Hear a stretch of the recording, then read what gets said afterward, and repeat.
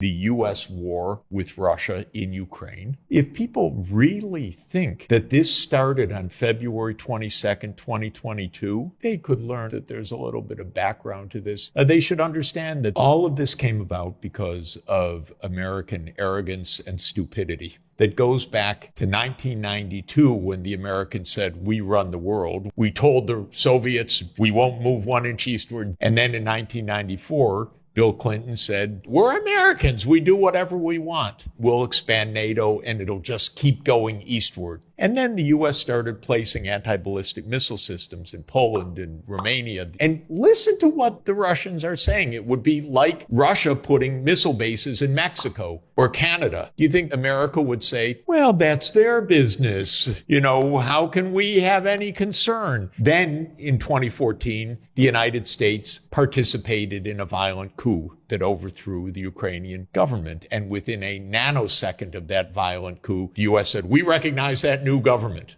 And then came the Minsk Agreement. And the Minsk II agreement was backed by the UN Security Council. And what did Ukraine and the United States decide behind the scenes? We don't like that agreement. That was at gunpoint. So the war continues already from 2014 to 2021. Tremendous shelling and deaths in the Donbas region. Then Putin says at the end of 2021, we need a new security arrangement between Europe and Russia. Europe, of course, doesn't act at all because it has no foreign policy other than obeying the United States. Big surprise that the war escalates. And then in March 2022, the Russians and Ukrainians say, okay, we can settle this on the basis of Ukrainian neutrality. So what happens? The United States and Britain told Ukraine, don't sign that agreement. Fight on. So Zelensky issues a decree, no negotiations with Russia.